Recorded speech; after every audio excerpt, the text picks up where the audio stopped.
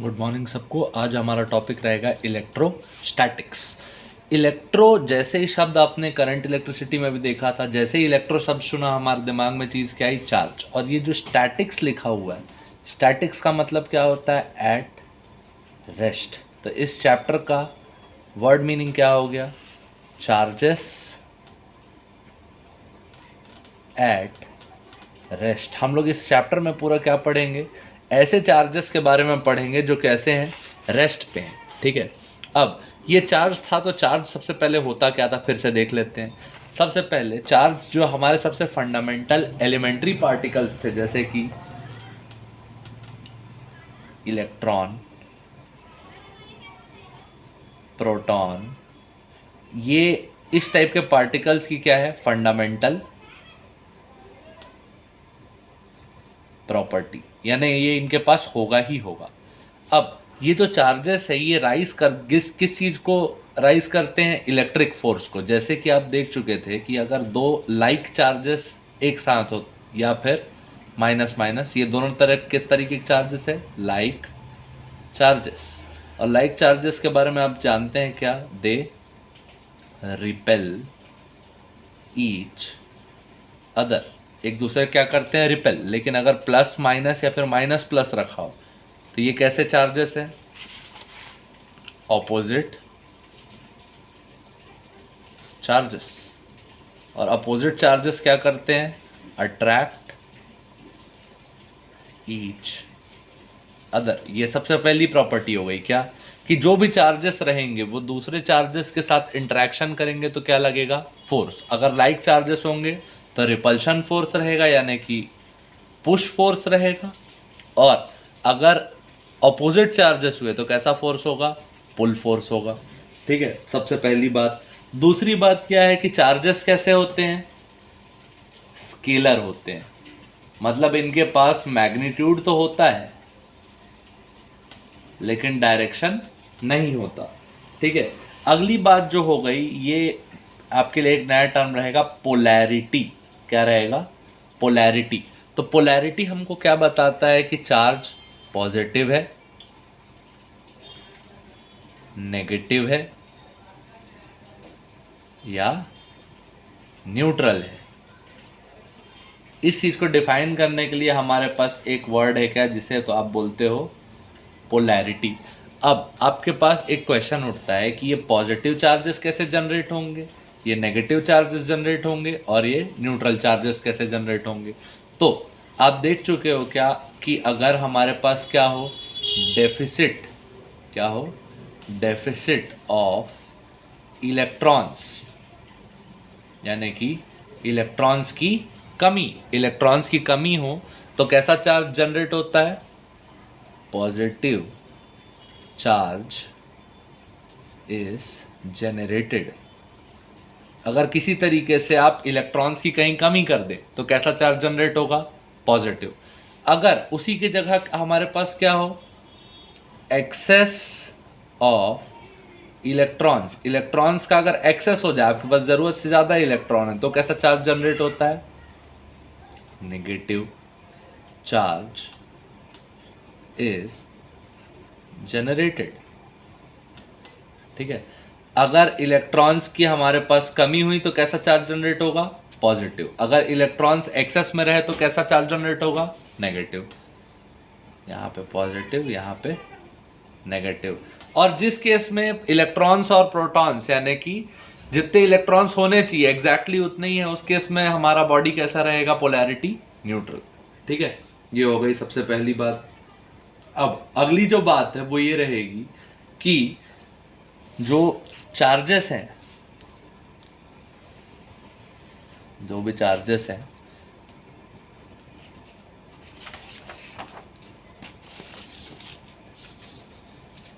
अगला जो प्रॉपर्टी रहेगा वो ये रहेगा, charges can be transferred from one body to another. कैसे? देखो, मान लो हमारे पास ये एक बॉडी है, इसमें कुछ इलेक्ट्रॉन थे, एक्सेस में, जिसके कारण इस पर नेट क्या था, चार्ज था नेगेटिव। अब ये इलेक्ट्रॉन्स को अगर मैं मूव करा दूं किसी और बॉडी पे, तो इसमें से मान लो आपने 2 को मूव करा दिया, तो E माइनस और E माइनस ये यहाँ से गायब हो चुके हैं। तो अब यहाँ पे नेगेटिव चार्ज जितना भी था देखो उसमें से 2 कम हो गया, और टोटल कितने थे, 4, तो 4 माइनस चार्ज था, 4 माइनस। अब 2 इलेक्ट्रॉन आपने मूव करा दिए तो इसमें सिर्फ कितना चार्ज बचा, आफ्टर कितना चार्ज बचा, 2 माइनस, 2 इलेक्ट्रॉन का माइनस चार्ज। और यहाँ कितना जनरेट हो गया, 2 इलेक्ट्रॉन का माइनस चार्ज। पहले क्या चार्ज था, कोई चार्ज नहीं था, तो 0 से 2 इलेक्ट्रॉन आपने ले आया। तो चार्ज क्या हो सकता है, एक बॉडी से दूसरे बॉडी में ट्रांसफर हो सकता है, सबसे पहली प्रॉपर्टी। इसके बाद जो चार्ज का आपने पिछले क्लास में भी देखा था, चार्ज को हम रिप्रेजेंट किससे करेंगे, रिप्रेजेंटेड बाय, किससे रिप्रेजेंट करते हो, क्यू। किससे रिप्रेजेंट करते हो, क्यू। और इस क्यू की यूनिट क्या होती है, कूलम्ब। क्या यूनिट होती है, कूलम्ब, जिसको आप किससे लिखते हो, सी। जैसा कि आपने पिछले चैप्टर में देखा था कि करंट क्या होता है, amount of charge phloem upon time taken, amount of charge phloem by time taken. अब करंट की यूनिट क्या थी, एम्पियर। टाइम की यूनिट क्या थी, सेकंड। चार्ज की यूनिट है क्या, कूलम्ब। लेकिन ये कूलम्ब बनता कैसे है, Q बराबर I इंटू टी। तो ये हो गया एम्पियर, और यहाँ मिल गया आपको सेकंड। तो चार्ज की एक और यूनिट बन गई क्या, एम्पियर इंटू सेकंड। एक यूनिट हो गई कूलम्ब और एक यूनिट हो गई क्या, एम्पियर इंटू सेकंड। ठीक है, ये हमारा सबसे फंडामेंटल बात हो गई। अब चार्जेस की और properties,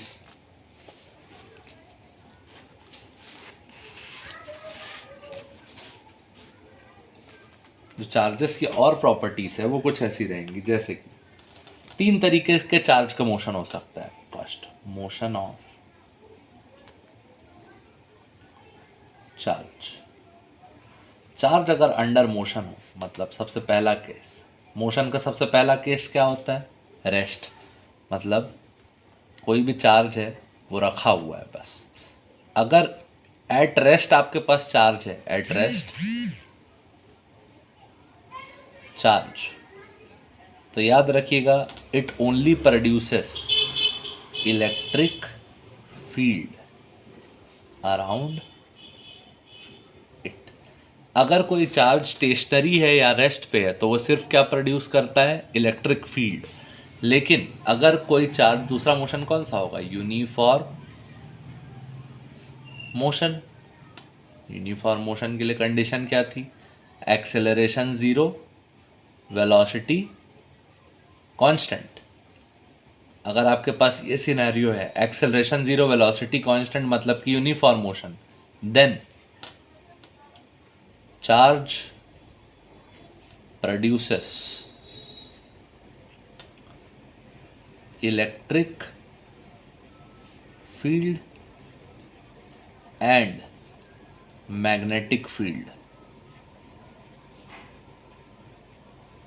but does not radiate energy. ठीक है, ये हो गया दूसरा केस। तीसरा केस बचा आपका एक्सीलरेटेड मोशन। अगर एक्सीलरेशन रहा तो then electric field, magnetic field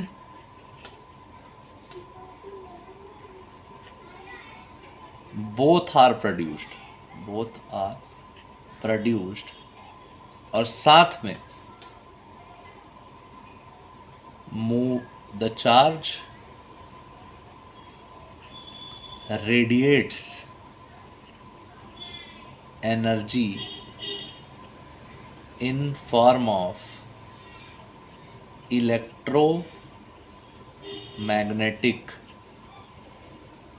waves. ये सबसे पहले हमारी स्टेटमेंट्स की बात हो गई। अब देखो ये तीनों स्टेटमेंट बोल क्या रहे हैं।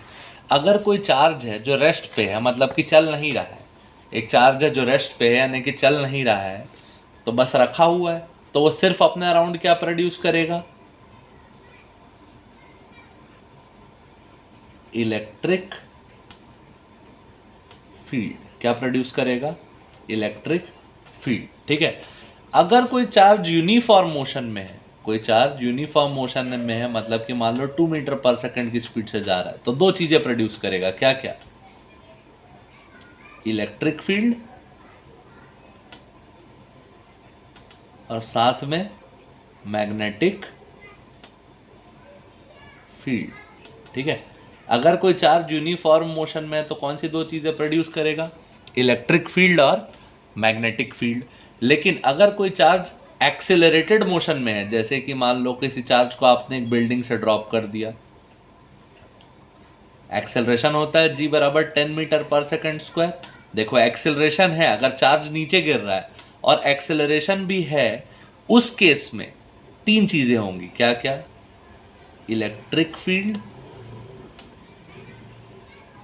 Magnetic field plus electromagnetic waves.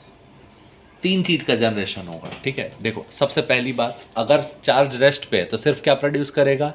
Electric field. अगर चार्ज यूनिफॉर्म मोशन में, मतलब मान लो फिक्स स्पीड 2 मीटर पर सेकंड से भाग रहा है, तो क्या प्रोड्यूस करेगा? इलेक्ट्रिक फील्ड और मैग्नेटिक फील्ड। लेकिन अगर तीसरा केस में एक्सेलरेशन भी है, मतलब स्पीड हर सेकंड बढ़ रही है या कम हो रही है, तो तीन चीजें होंगी। इलेक्ट्रिक फील्ड भी प्रोड्यूस करेगा, मैग्नेटिक फील्ड भी प्रोड्यूस करेगा, और इलेक्ट्रोमैग्नेटिक वेव्स भी प्रोड्यूस करेगा। ठीक है। ये बात हो गई। अगली property,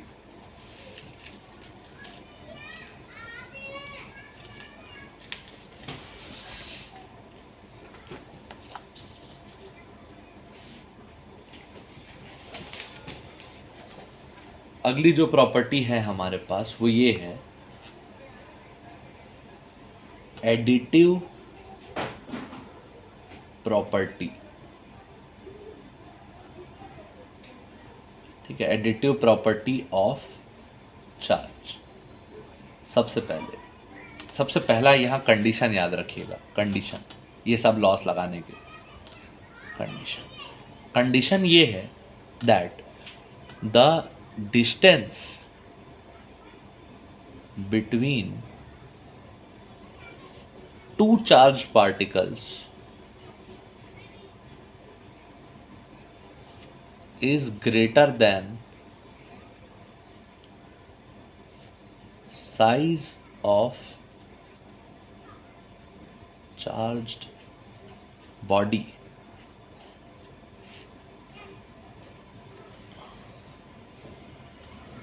then body is considered a point charge. Hindi में मतलब समझ लो, अगर कोई बॉडी है, मान लो ये साइज की है, इस पे चार्ज क्यू है, ठीक है, और इसका आप फोर्स निकाल रहे हो कहीं 2 किलोमीटर दूर, या फिर 100 मीटर दूर, 5 मीटर दूर, तब भी ये जो चार्ज का साइज है, चार्ज का साइज इस डिस्टेंस के कंपैरिजन में बहुत छोटा है। उस केस में हम क्या करते हैं, इस चार्ज को क्या कंसिडर करेंगे? एक पॉइंट चार्ज। क्या कंसिडर करेंगे? Point charge. ठीक है। अब पॉइंट चार्ज कंसिडर करेंगी, ये कंडीशन रहेगी कि जो डिस्टेंस है वो बहुत ज़्यादा बड़ा होना चाहिए। किससे? साइज ऑफ द पार्टिकल से, चार्ज्ड बॉडी से।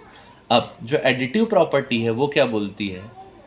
Charges can be added algebraically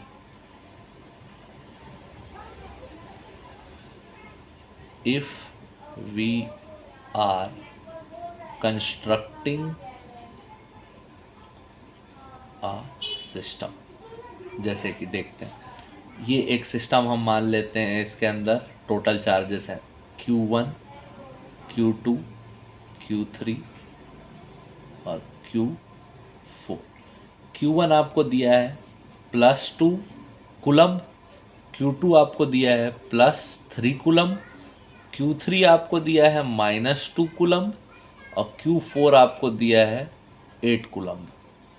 तो आपको अपने जो सिस्टम कंसिडर किया वो चारों के टोटल को किया, तो ये हो गया सिस्टम। तो charge of the system, total charge of the system, system का टोटल चार्ज क्या होगा? Algebraic sum of Q1 plus Q2 plus Q3 plus Q4। Q1 की वैल्यू कितनी है? +2। Q2 की वैल्यू कितनी है? +3। Q3 की वैल्यू कितनी है? -2। Q4 की वैल्यू कितनी है? 8। ये +2 -2 कैंसिल हो गया, 8 और 3 +11 कूलम। ये बात हो गई आपके पास। ठीक है, सबसे पहली प्रॉपर्टी कौन सी प्रॉपर्टी है? एडिटिव प्रॉपर्टी ऑफ चार्ज, ये हमने देख लिया। कंडीशन क्या था कि जो चार्ज बॉडी का साइज है वो छोटा हो किसके कंपैरिजन में? डिस्टेंस के कंपैरिजन में। ठीक है, ये हो गई फर्स्ट प्रॉपर्टी।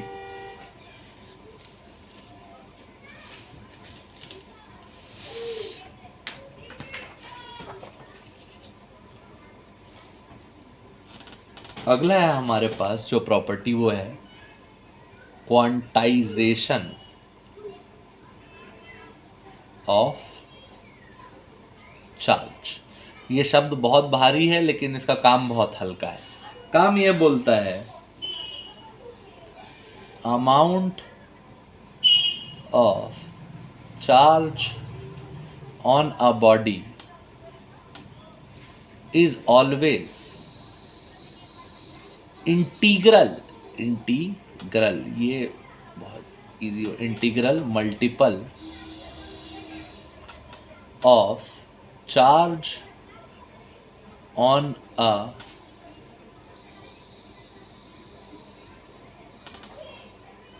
इलेक्ट्रॉन।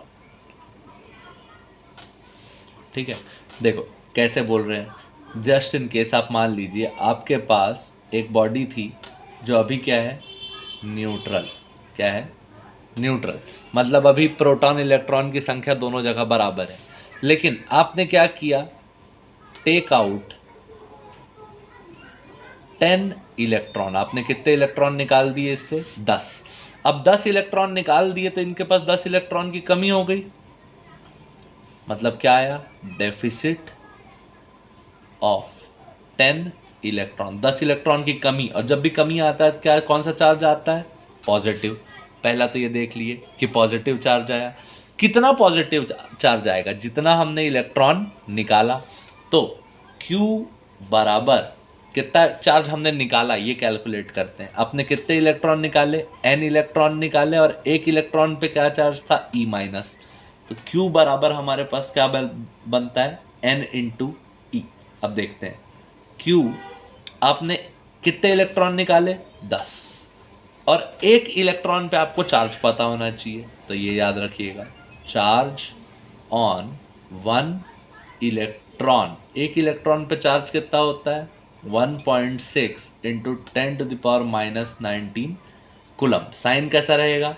माइनस, क्योंकि इलेक्ट्रॉन पे चार्ज कैसा होता है? नेगेटिव। तो यहाँ वैल्यू डाल देते हैं। ये E- क्या रिप्रेजेंट कर रहा है? E- क्या रिप्रेजेंट करता है? Charge on 1 electron. तो ये हो गया 1.6 इंटू 10⁻⁻19 कूलम। टोटल वैल्यू कितनी आ गई? 16 इंटू 10⁻⁻19 कूलम। ये हो गया माइनस। साइन क्या रहेगा? माइनस इलेक्ट्रॉन के लिए। तो इतना charge is removed, charge removed. इतना चार्ज आपने हटा लिया। तो जितना चार्ज आपने हटाया उतना ही क्या चार्ज आएगा? प्लस। तो 1.16 टाइम्स 10⁻⁻19 कूलम। 16 आया ना। देखो आपने जो 10 इलेक्ट्रॉन निकाले उनके लिए कितना चार्ज आया? -16 इंटू 10⁻⁻19। ये निकाल लिए। इनकी कमी से उतना ही क्या चार्ज आया? प्लस। क्यों आया? क्योंकि आपको ये पता है कि in a neutral body in a neutral body number of proton बराबर होता है किसके, नंबर ऑफ इलेक्ट्रॉन के। तो जितने इलेक्ट्रॉन आपने निकाल लिए उतना ही हमारे पास क्या चार्ज गेन हुआ, पॉजिटिव। ठीक है, ये हो गया हमारे पास quantization of charge. Quantization of charge को कंक्लूड करने के लिए स्टेटमेंट को यहां लिख लेते हैं कि चार्ज जो भी होगा वो क्या होगा, plus minus N E, plus minus N E. इसमें ई क्या है, चार्ज ऑन वन इलेक्ट्रॉन, और एन क्या है, नंबर ऑफ इलेक्ट्रॉन। एन क्या है, नंबर ऑफ इलेक्ट्रॉन्स। प्लस कब लगता है, जब आप रिमूव किए। माइनस कब लगता है, जब आपने इलेक्ट्रॉन्स एक्सेस में लाए। ठीक है, यह हो गया quantization of charge.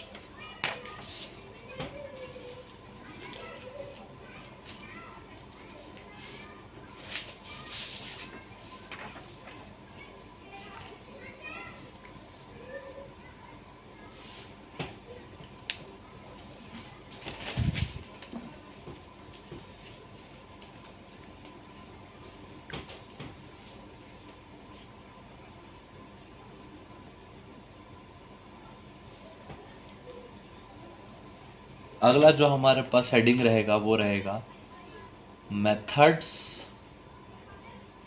Of charging.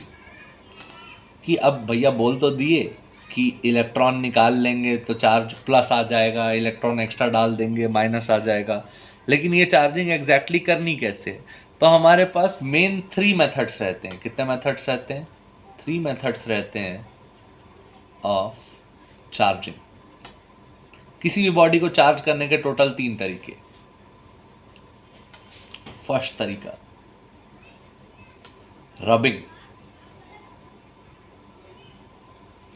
Second तरीका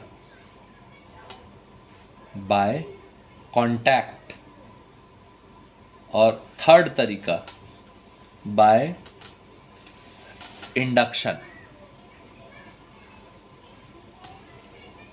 इंडक्शन का हिंदी में मतलब होता है प्रेरित। मतलब करंट, आप चार्ज को क्या कर रहे हो, प्रेरित कर रहे हो। यहां पे डायरेक्ट ट्रांसफर कर रहे हो। क्या कर रहे हो, डायरेक्ट ट्रांसफर। और यहां क्या करोगे, आप रिमूव कर रहे हो इलेक्ट्रॉन को या फिर ऐड कर रहे हो इलेक्ट्रॉन्स को। ठीक है, जैसे कि यहां एक देखते हैं, जैसे आपने एक बॉडी है, ये मेटल की है, तो मेटल्स की प्रॉपर्टी हम जानते हैं क्या होता है, फ्री इलेक्ट्रॉन्स। फ्री इलेक्ट्रॉन्स वाली चीज़ को आपने किसी रॉड में घिस लिया। जैसे ही आपने रब किया, रब करने से क्या हुआ, जो इलेक्ट्रॉन्स है, इलेक्ट्रॉन्स कहाँ ट्रांसफर हुए, स्फीयर से गए रॉड में। तो स्फीयर पे क्या चार्ज आएगा, देखो स्फीयर के इलेक्ट्रॉन मूव कर गए कहाँ, रॉड में। तो स्फीयर के पास इलेक्ट्रॉन की कमी हुई, मतलब कैसा चार्ज आएगा, पॉजिटिव। और रॉड के पास इलेक्ट्रॉन का एक्सेस हुआ तो रॉड पे कैसा चार्ज आएगा, नेगेटिव। इसके लिए आप बचपन में भी एक एक्सपेरिमेंट करते थे क्या, जैसे आपने एक ग्लास रॉड ले ली, क्या ले लिया, ग्लास रॉड, और आपने एक ले लिया सिल्क क्लॉथ, क्या ले लिया, सिल्क क्लॉथ। जैसे ही आपने ले लिया, आप क्या करेंगे, सिल्क क्लॉथ को रब करेंगे ग्लास के ऊपर। जैसे ही आप रब करेंगे सिल्क क्लॉथ को ग्लास के ऊपर, क्या होगा, यहाँ जो रॉड है, रॉड से इलेक्ट्रॉन्स निकलेंगे और कहाँ शिफ्ट, देखो पहले रॉड में इलेक्ट्रॉन्स थे ढेर सारे, ये इलेक्ट्रॉन्स ट्रांसफर हो जाएंगे कहाँ, सिल्क क्लॉथ में। तो बाद में क्या हो गया, सिल्क क्लॉथ में इलेक्ट्रॉन आ गए, और जो ग्लास रॉड है उसमें इलेक्ट्रॉन की कमी हुई, तो ग्लास रॉड पे कैसा चार्ज आएगा, पॉजिटिव। और जो सिल्क क्लॉथ है उसमें एक्सेस ऑफ इलेक्ट्रॉन आया, तो इस पे कैसा चार्ज आया, नेगेटिव। और ये ग्लास रॉड, ये कौन सा प्रिंसिपल फॉलो कर रहा है, follows law of conservation of charge. कौन सा लॉ फॉलो कर रहा है, law of conservation of charge कि जो भी इलेक्ट्रॉन यहाँ निकले उतना ही यहाँ क्या आ गया, पॉजिटिव चार्ज। देखो ये प्लस माइनस को वापस करोगे, दोनों वापस क्या बन जाएंगे, न्यूट्रल। मतलब no charge is created, no charge is destroyed, only transferred from one body to another. Charge ना तो क्रिएट किया जाता है ना तो डिस्ट्रॉय किया जाता है, बस एक बॉडी से दूसरी बॉडी में हम उसे क्या कर सकते हैं, ट्रांसफर। ये क्या है, law of conservation of charge. अब जो अगला थ्योरी है हमारा वो है चार्जिंग बाय कंडक्शन, या फिर इसी को क्या बोलते हो, डायरेक्ट ट्रांसफर या फिर कांटेक्ट। यहां हम क्या करेंगे देखते हैं। यहां पे हम ये करेंगे, जैसे हमारे पास एक बॉडी है, ये भी मेटल की है, और ये दूसरी बॉडी है, ये भी मेटल की है, ठीक है। अब इस पे मान लो नेट एक पॉजिटिव चार्ज था, क्या चार्ज था, पॉजिटिव। मतलब इसमें हर जगह पॉजिटिव चार्ज फैला हुआ होगा, देखो ऐसा plus plus plus plus plus plus ऐसा फैला हुआ है पॉजिटिव चार्ज। इसमें अभी कोई भी चार्ज नहीं है, ठीक है। इसमें जो पॉजिटिव चार्ज है, अगर हर जगह पॉजिटिव है तो इनके बीच आपस में क्या होगा, रिपल्शन होगा। क्या होगा, रिपल्शन। अब अगर मैं इन दोनों रॉड्स को एक तार से जोड़ दूं, एक तार से जोड़ दूं, तो क्या होगा, इसमें जो रिपल्शन हो रहा है प्लस और प्लस के कारण, ये रिपल्शन क्या करेगा, इसको फोर्स कर देगा कि भाई तू निकल इस कंडक्टर से उस कंडक्टर में चले जा।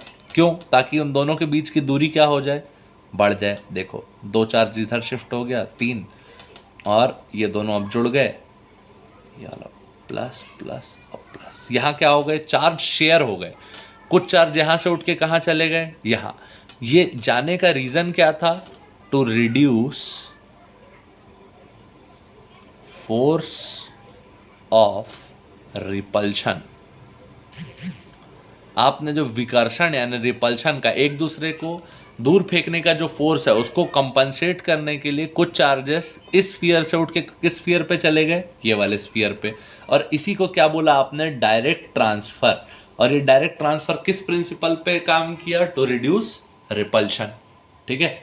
उसके बाद जो तीसरा केस है बाय इंडक्शन, ये देखते हैं हम।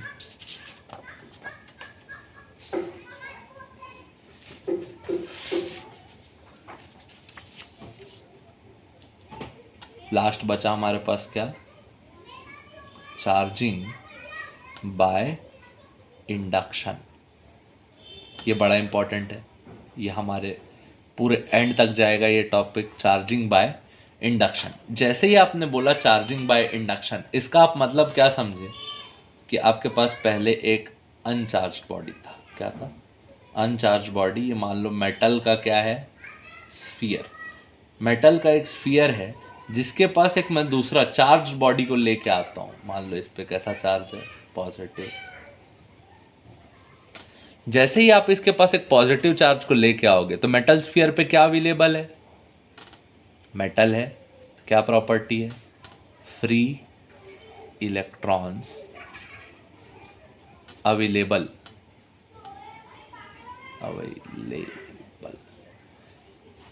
फ्री इलेक्ट्रॉन्स है वो अवेलेबल है।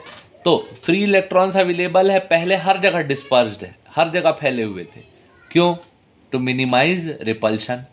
इलेक्ट्रॉन्स, प्रोटॉन्स, जो भी पॉजिटिव नेगेटिव चार्ज चीज़ें रहेंगी वो एक दूसरे से जितना दूरी मेंटेन कर सकेंगी करेंगी। क्यों, to reduce force of repulsion, क्योंकि सेम चार्ज है। अब जैसे ही इसने पॉजिटिव चार्ज को देखा तो सारा का सारा नेगेटिव चार्ज एक साइड हो गया। इधर के भी इलेक्ट्रॉन उठ के कहाँ आ गए, इस साइड आ गए। तो इस साइड हमारे पास नेट क्या हो गया, एक नेगेटिव चार्ज जनरेट हो गया। अब इधर इलेक्ट्रॉन का एक्सेस हो गया तो इधर क्या चार्ज आ गया, माइनस। लेकिन जो इधर के इलेक्ट्रॉन इधर उठ के आए हैं उसके कारण इधर क्या चार्ज जनरेट होगा, प्लस। क्या चार्ज जनरेट होगा, पॉजिटिव। जैसे ही अभी भी ये है हमारे पास प्लस बॉडी, देखो इन इलेक्ट्रॉन्स और इन प्लस चार्ज के बीच में क्या हो रहा है, अट्रैक्शन हो रहा है, इसलिए इधर बने हुए हैं। ये प्लस चार्ज को हम रोक के रख लिए। अब नेक्स्ट स्टेप में हम क्या करेंगे, इस स्फीयर को अर्थ कर देंगे। क्या करेंगे, अर्थ कर देंगे।